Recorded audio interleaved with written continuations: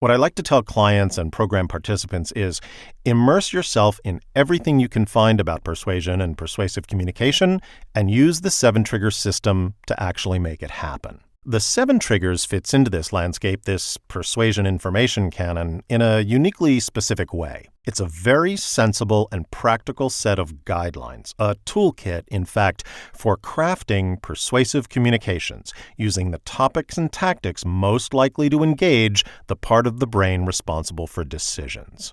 So, who came up with this? 7 Triggers author Russ Granger is my father, and very much a classic American success story. From humble beginnings, Dad wrote his first book while in college on a full scholarship. He was on the fast track to the C-suite in the corporate world, but Dad had the heart of an entrepreneur and became a thought leader, educator, and architect of some of the largest selling corporate training courses in sales, negotiation, and customer communication. He was as fascinated with what media technology could offer learning and training as he was with human behavior and psychology.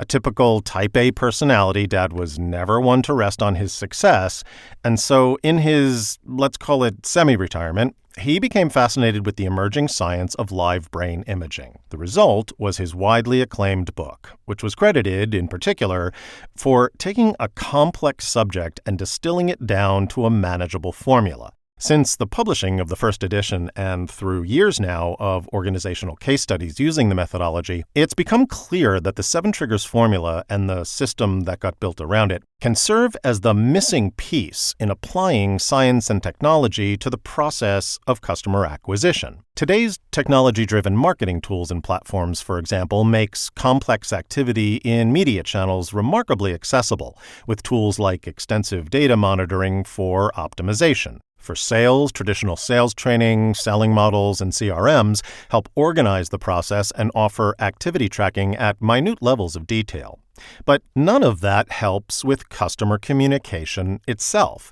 Despite all these modern solutions, we've still been left pretty much on our own to figure out what we should write, post, send, or say in order to capture, captivate, and convert customers. Where's the technology for actually moving the mind of the customer toward a buying decision? Well, it's in the science of emotional triggers.